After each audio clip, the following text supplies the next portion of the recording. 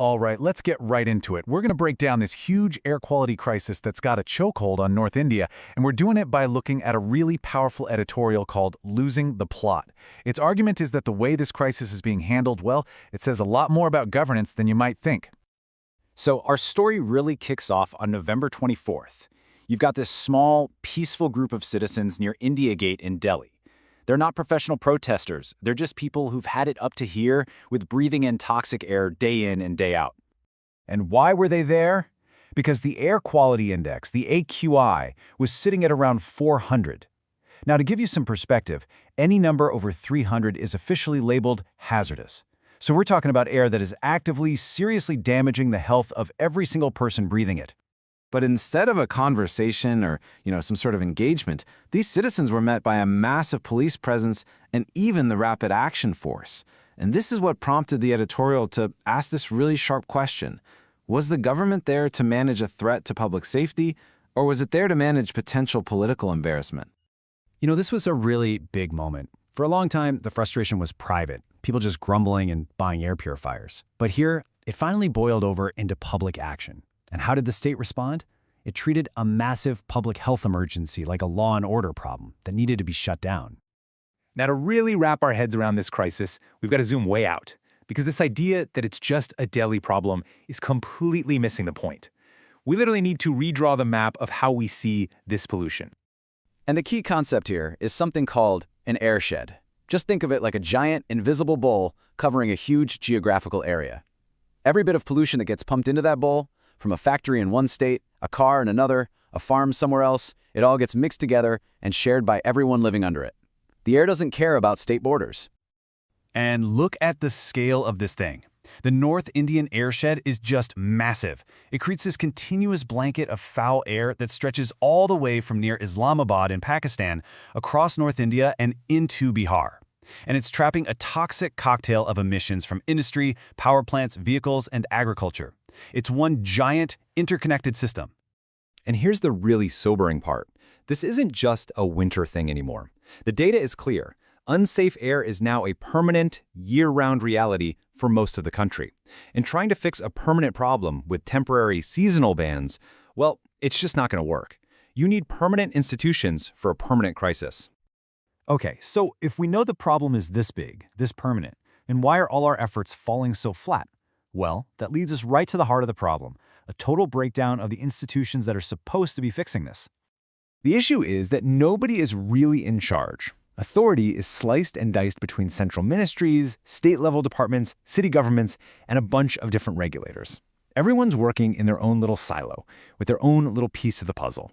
But no one has the power to see the whole picture and create a single, unified plan for the entire airshed.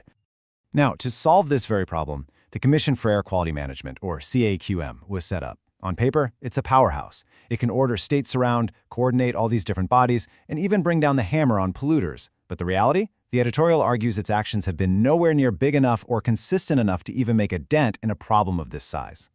So what's the solution? The editorial lays out a pretty clear path.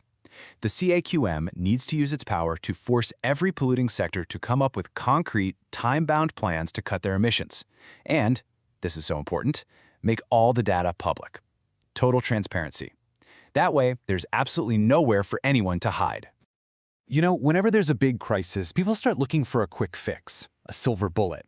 And that brings us to the trap of these flashy technological solutions that give the appearance of action, but don't actually solve a thing.